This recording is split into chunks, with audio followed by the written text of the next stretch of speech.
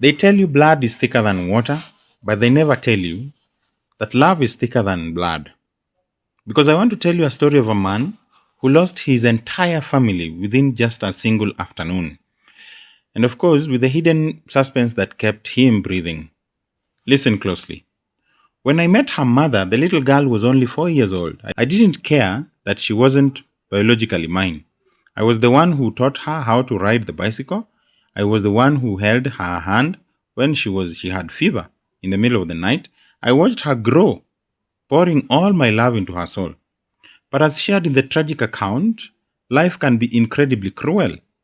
Her biological father returned after his finances improved. My wife's heart strayed, and after a series of betrayals, she chose to pack her bags. She moved back into his house, taking my little girl with her. Her parting words to me were cold and arrogant. You can keep the house, you can keep everything.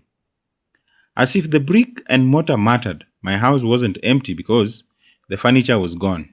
It was empty because the laughter of a 7-year-old girl was missing.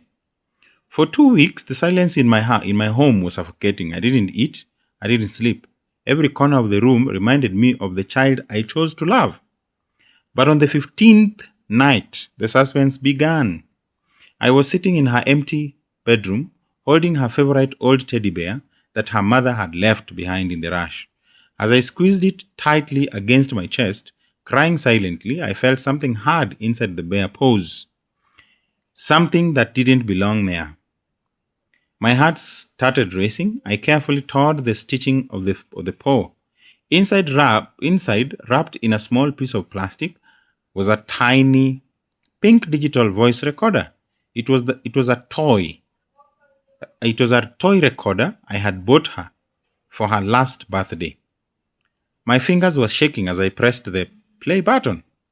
The room filled with the sweet whispering voices of my little girl, recorded in secret right before she was taken away.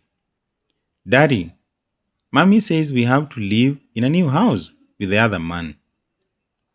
She told me to leave my toys, but I'm hiding this recorder in Mr. Fluffy's paw because I know you will find it.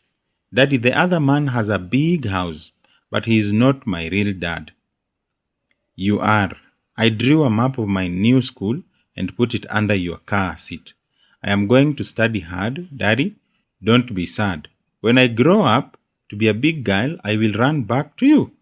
I love you, my real daddy. I sat on the floor, the tears pouring down my face. But for the first time in weeks, I wasn't shaking with grief. I was shaking with an unstoppable determination. I ran down to my garage, reached under the driver's seat of my car, and my fingers hit a folded piece of drawing paper. It was a crayon map of her new school, with a giant red heart drawn over the playground.